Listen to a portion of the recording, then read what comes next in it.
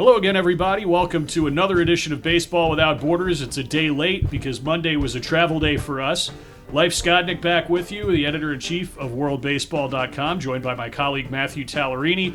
Matt was down in Florida this weekend at the Miami Marlins series against the Chicago Cubs for Caribbean Series night, where the two invitees were announced for the 2024 Caribbean Series that'll be played at Lone Depot Park in Little Havana down in Miami, and I was in Mexico City for the Mexico City series between the Giants and Padres. So we're going to talk about that, and we're going to talk a little bit about other things happening around Major League Baseball. But Matt, let's start out Friday night. A lot of special guests at the Marlins game. I know you talked to Vladimir Guerrero. You talked to Juan Puello from the Caribbean Professional Baseball Confederation. Tell us a little bit about the trip down there, who you spoke to, and what you were able to learn about this coming Caribbean Series. Yeah, so Saturday night was the actual confirmation for the Caribbean Series in Miami with the two invitees, Curacao and Nicaragua.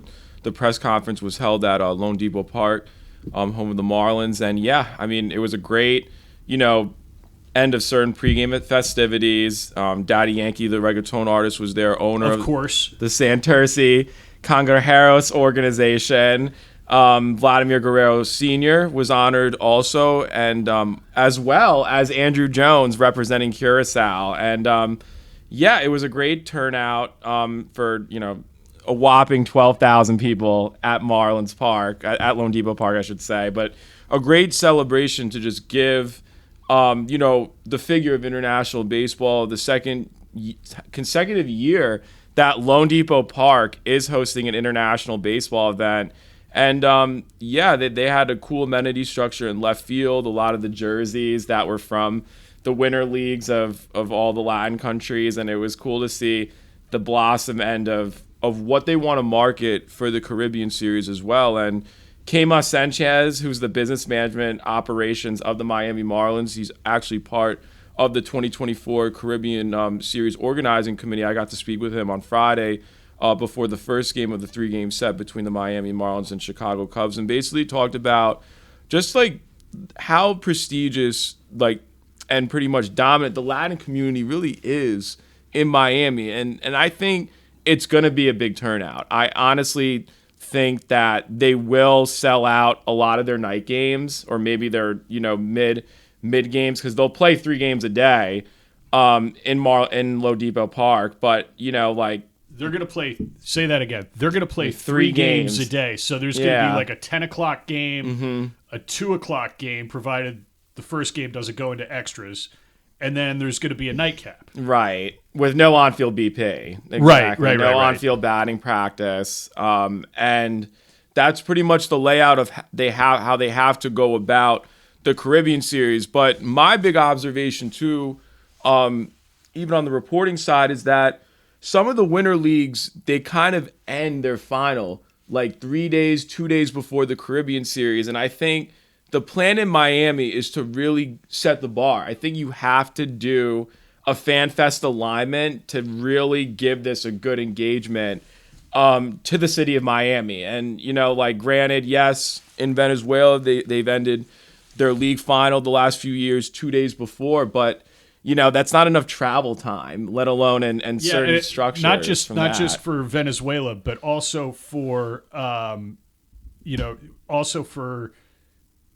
pardon me while I fumble with the mic settings here.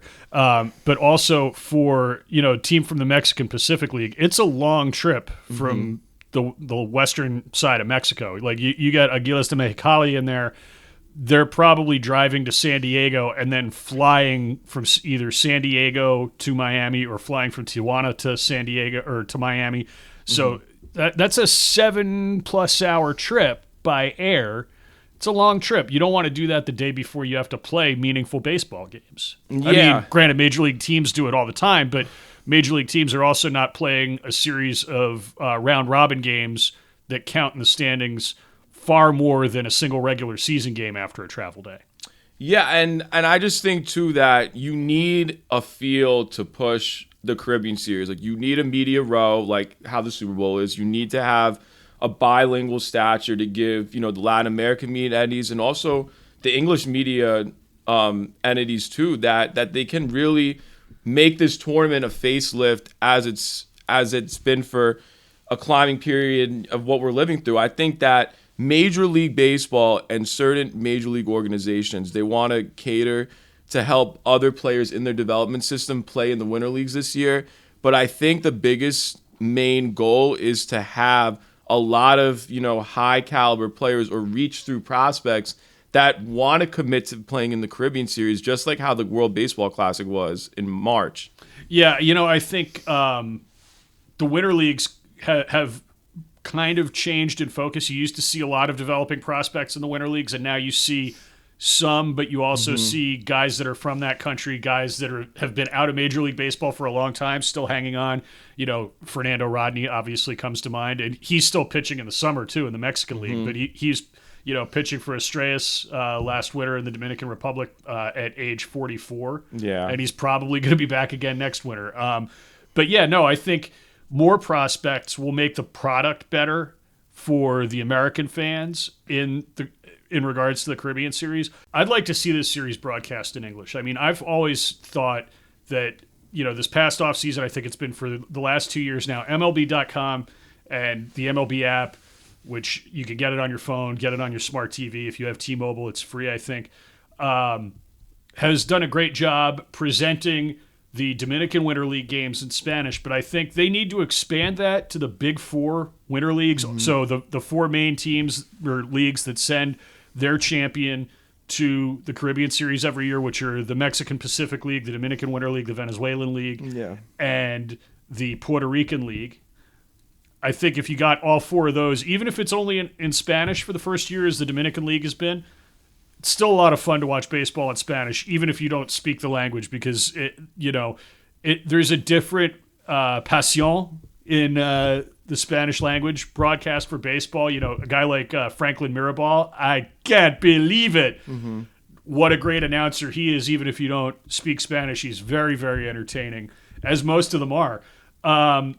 So, I'd like to see this coming Caribbean Series broadcast in English. I don't think it's going to happen, but I think American fans, if given that kind of introduction to this tournament where we're carried in English on American television, cable, what have you, I think that more American fans will watch. Maybe not as many as, a major league game, but certainly enough to cover the cost of it and maybe put a little more money in the pocket of the rights holders. Yeah, and I think, let alone I think this can give an intercontinental feel. I mean, yes, you don't have Panama, Colombia, and Cuba in this Caribbean Series that you did a few months ago in Caracas, but I think, let alone that, this is 6 teams, but I think down the line, if Juan Puello, he stated that he wanted to have the Caribbean Series in Miami every 4 years. If you can do that every 4 years, I think the University of Miami and Coral Gables, they have to step in and have a venue for some of these teams to make it serviceable. Right, yeah. Last year we saw 2 venues in Caracas. One was in Caracas and one was in La Guaira. The Estadio Forum in La Guaira and then the new stadium in Caracas. Because they had 8 teams. I think even with 6 teams, you kind of want a second venue. So 3 games a day it can be played. Teams can have the field to prepare and have real batting practice, which counts for a lot. I mean, we're talking about professional baseball here. Having on-field batting practice, every day, especially, Marlins Park, you don't have to worry about a rainout, right? Yeah, and that's part of the reason they're probably having all 3 games there. But at the same time, on-field batting practice and preparation matter, especially in games that count. And these guys are, let's not fool ourselves, there's a lot of pride on the line in the Caribbean Series, but there's also a lot of money on the line for the players and the organization. So, having the players be able to properly prepare with on-field BP would be nice. And I think if they do it again in, say, 2028, I think there will be a second venue somewhere in the Miami area, whether it's the University of Miami, Florida Atlantic, somebody is going to have at least 1 game a day there. Yeah, and I mean, so for people that don't know about how the Caribbean Series laid out is that these are not national federation teams. These are all, club, winter league, circuit alignment teams that are privately funded.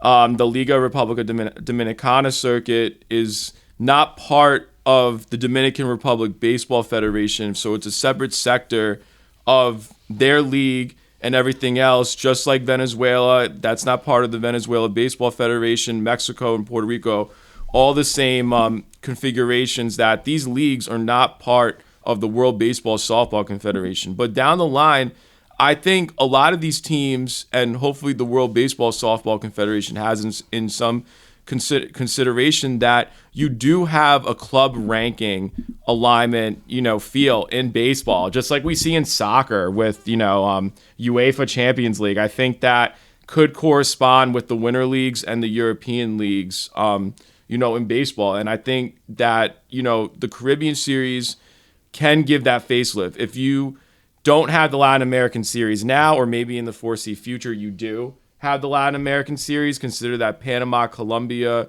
and Cuba that are not in this upcoming Caribbean Series, maybe that gives a little lift and pride that, the winner of the Latin American Series goes to play in the Caribbean Series, or the last two finishers of the Latin American Series play in the Caribbean Series. So I think there is a big twist, or not even just a big twist, but I think there is an alignment that they want to build for the future of this tournament in the foreseeable future. So, yeah. One of the questions that I wanted you to ask Juan Puello, and obviously I wasn't there to know if you actually did or not, and I hope you did. Colombia and Panama have both won as invitees within the last 6 years in the Caribbean Series, I believe. 4 years. 4 years. 2019. So, even closer than I had thought, number one. And then Cuba, despite the one game where they got blown out 20-3 in last year's Caribbean Series, they were competitive. We knew they weren't going to win the Caribbean Series last year with sending the Agricultores, the champions of the Cuban Elite League, which played its first season as a winter league last year, as the Cuba Serie Nacional has moved to the summer. But why were those three teams left out? Because Caimanes de Barranquilla in Colombia had a very good Caribbean Series 2 years ago, and they won as an invitee. And Panama, the champion of the Pro Base League, won in 2019. So it's not like they're not competitive. And Nicaragua is invited, and Nicaragua has never played in the Caribbean Series, and we like Nicaragua. Congratulations to them. Great. But they just don't quite have the track record that Panama and Colombia do, or Cuba. Yeah, and I mean, like, Nemesio Perez, who is the president of the Nicaragua Baseball Federation, he wants to have certain players that play in the Winter League alignment in Nicaragua, which is the Liga Baseball Professional Nacional circuit that runs between the Winter League alignment months. So, I mean, like I said before, what's their sponsor alignment too? I mean, you have prestigious franchises in Nicaragua. They have a nice stadium like Dennis Martins Stadium. It's called Estadio Nacional Sobriano. The last few months they changed it due to political reasons.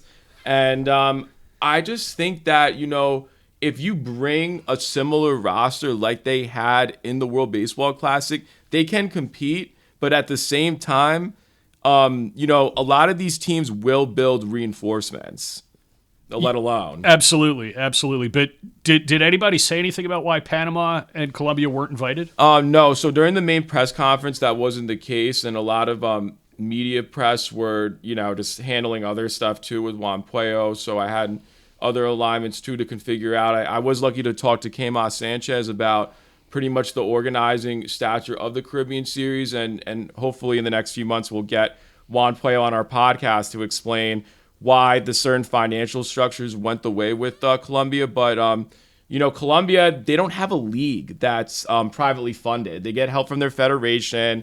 They paid a certain amount of incentives the last 2 years. And then this year, they met in Caracas, all the committee members from certain federation leagues and the private sector leagues too, that are the main four Confederation Caribbean members. And you know what? Like Colombia, if you're not going to pay $200,000 up front, it's a hard deal to really spark that interest for them to be in the Caribbean Series instead of paying $50,000 each and every sector of what they can have in their incentives. Right. So, I watched a couple of games out of Colombia over the past winter, and obviously some of the winter leagues have terrific fields and facilities, and Colombia's baseball field, the couple games I watched, it looked as though they don't have a turf grass expert working on the field every day. Like, I think places like even the Dominican Republic Winter Leagues probably do have, a full-time, expert in maintaining a baseball field on staff at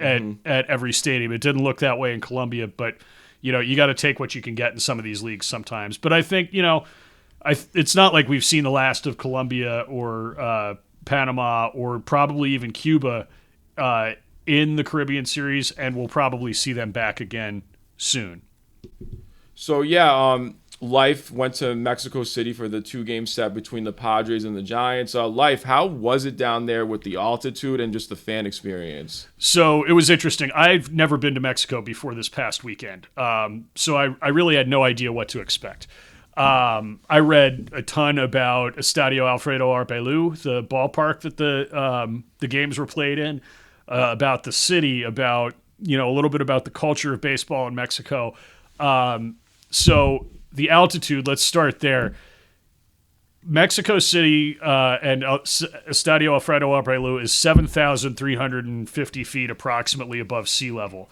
So these were the highest games by altitude ever played that counted in Major League Baseball's regular season. It's 2,000 feet higher than Coors Field. And like the players, as Gabe Kapler told us during the press conference, they've been working on conditioning and preparing for this for a long time. So the players, by and large, as far as the altitude goes, were unaffected by it. However, I am in good shape, but not great shape. And I did notice the altitude walking around. If you follow me on Instagram, you can follow me just at Leifskodnick, Leifskodnick. On Saturday morning, I went out to the outfield seats, climbed up to the top, and took a picture looking back at the stadium, because the stadium is very architecturally unique. It's a fantastic building if you ever get the chance to see it. Or you can look up photos on worldbaseball.com or read the article I wrote about it on worldbaseball.com. But so I climbed up about 20 or 25 rows of seats out there in center field next to the batter's eye to take a photo looking back at the roof of the stadium. And I got to the top, and it was hot, and I was winded. And I'm in pretty good shape for a 43-year-old guy. I'm not in great shape. I'm not running marathons, but I noticed the altitude. And then that combined with the air quality, because Mexico City has a very car-centric culture, so there's a lot of vehicle exhaust and smog. The air quality was noticeably not good. So, but that's just, it is what it is. Mexico City's high in elevation, thin air, a lot of car exhaust. You're going to have bad air. As far as the fan experience, it was terrific. Saturday's game, I feel like there were a lot more fans from the United States. There were a lot of Padres fans, obviously, because it was a Padres home game. Both games were Padres home games.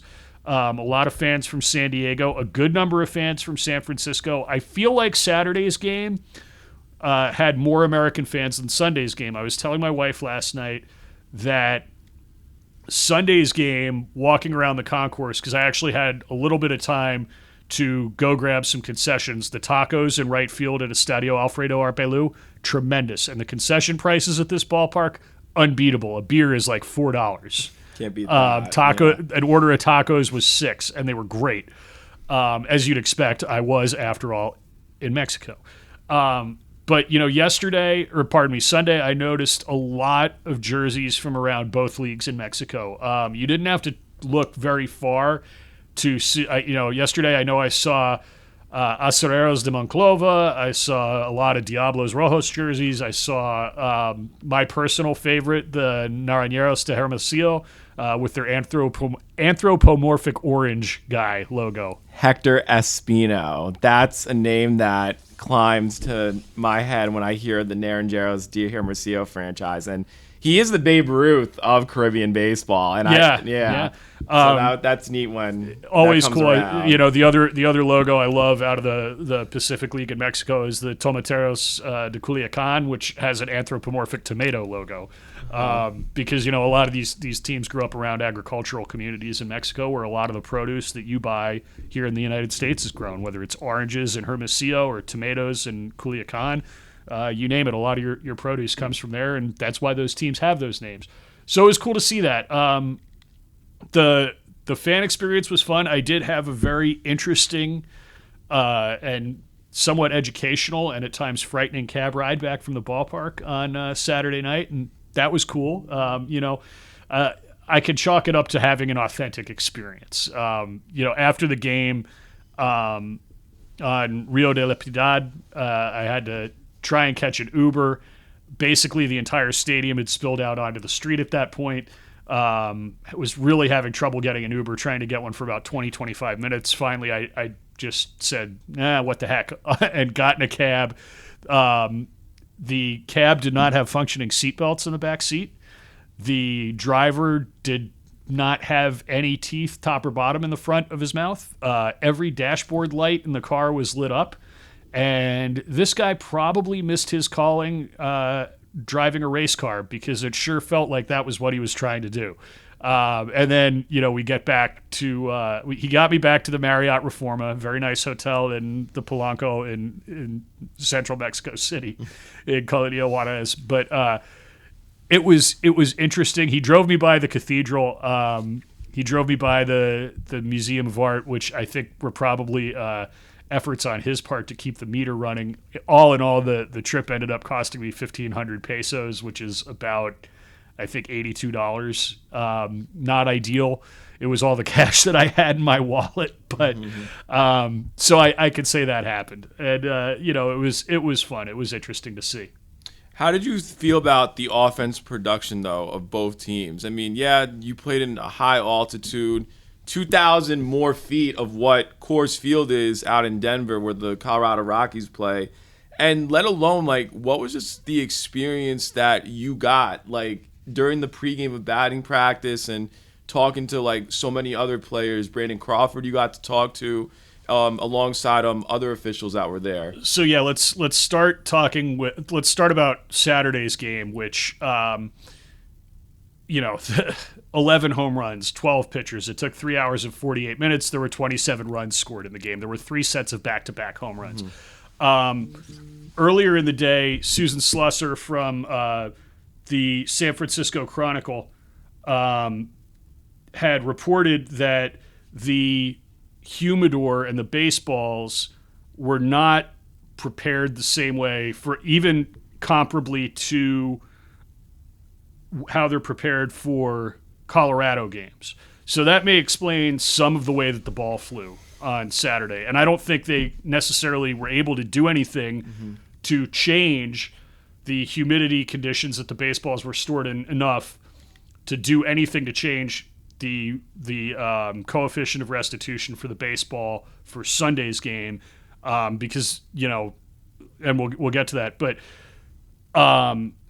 so Saturday the ball was just flying out of the ballpark. It was a combination of less than spectacular pitching, thin air, unprepared baseballs. It was not like we didn't kind of see this coming. 7,350 feet of altitude. Sean Manaea has given up a lot of home runs. Both the Padres and the Giants bullpens are in the top 10 for home runs allowed. And a lot of those home runs were given up by bullpen pitchers. One of the things Bob Melvin said was that he probably should have kept Joe Musgrove in the game a little bit longer, because Musgrove put a bunch of runners on. Melvin went to the bullpen, and he felt like he probably should have let him pitch out of the jam or try to get out of the jam, try and Houdini rather than just go right to the bullpen and worrying about the conditioning. Gabe Kapler, on Sunday morning before the game, I asked him in the press conference if he thought the pitcher's conditioning held up, and he said basically that we'd been preparing for this, so for the most part it did. But all that offense, there were a couple of things I noticed about it. One, the ball just carries there. At that altitude, there were a couple of balls that you saw go, and they just kept going, and all of a sudden they kept going, and then they were over the wall, and they become a Ding Dong Johnson. But yeah, there were 11 home runs on Saturday, and so as far as the offensive outburst goes, I think you can chalk it up to a number of factors. One, the Padres have a very strong lineup. Juan Soto hasn't been hitting great this year, but he had a home run. 3 sets of back-to-backs.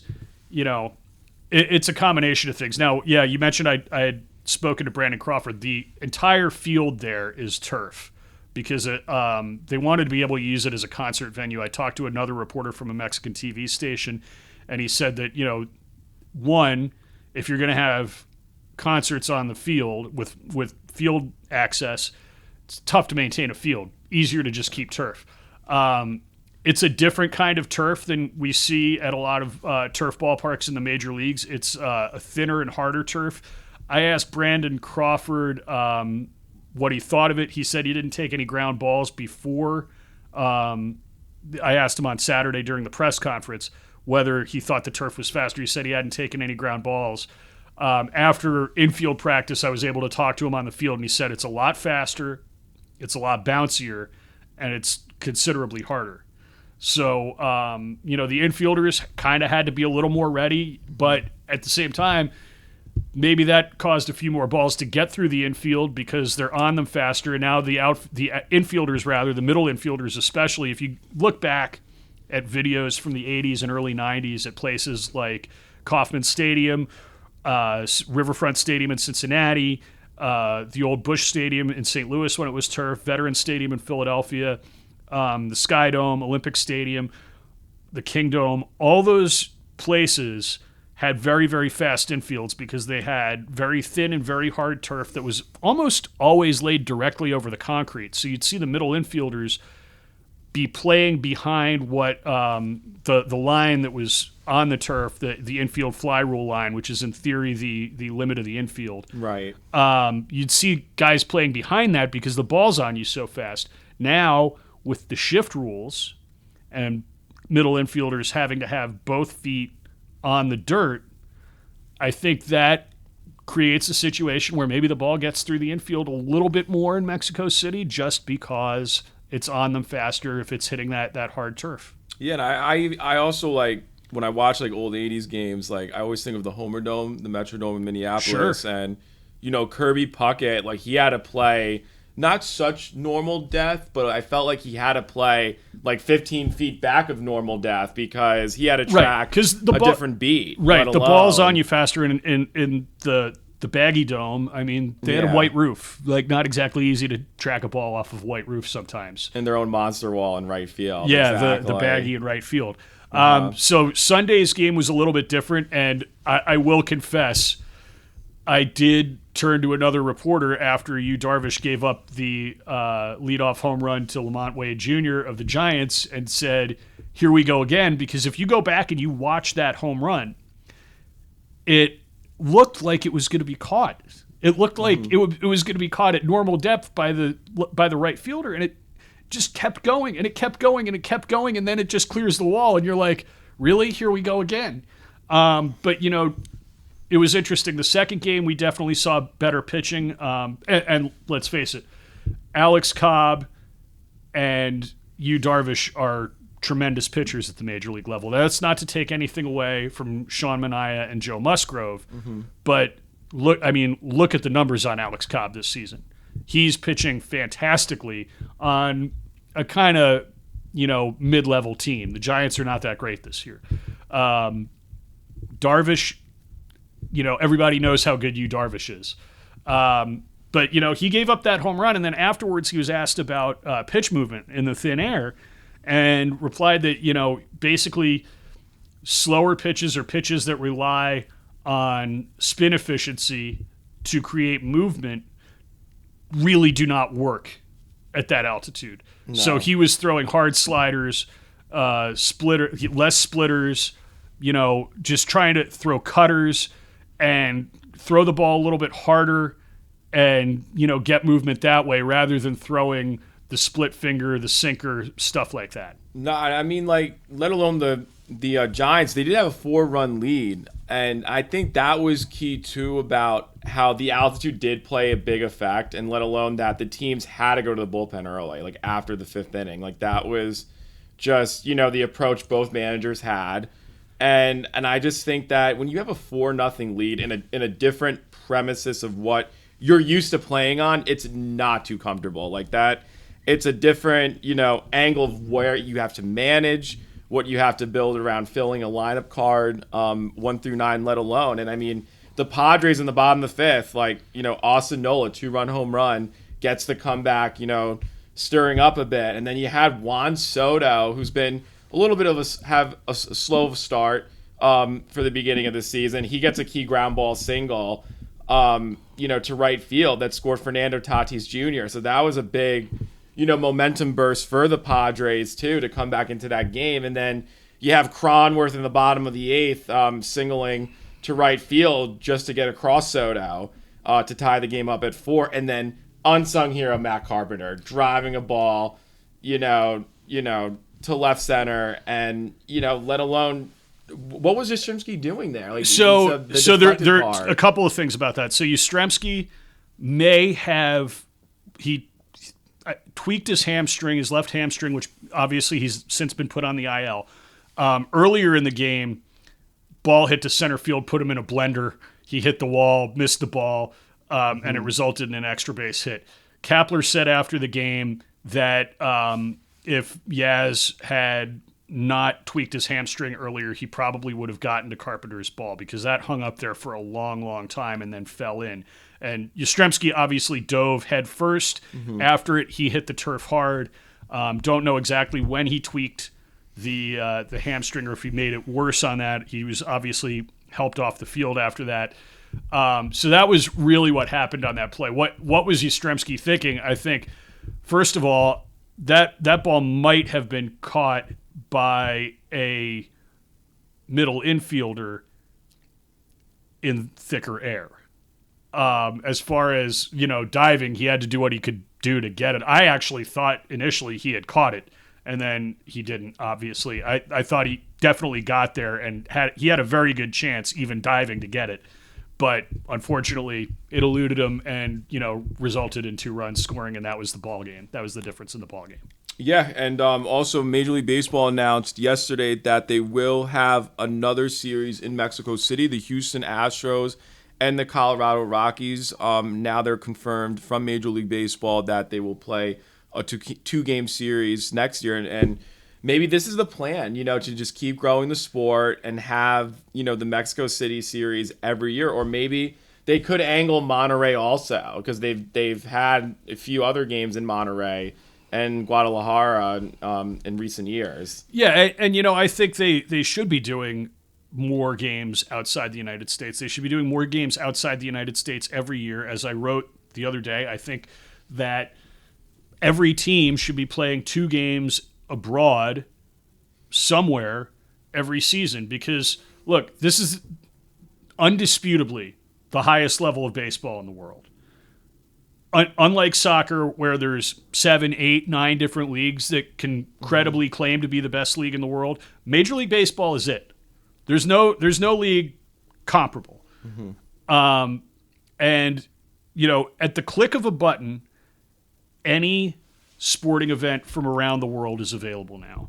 And on American TV, we've seen the encroachment of soccer from both inside the United States and outside the United States, taking fans away from baseball.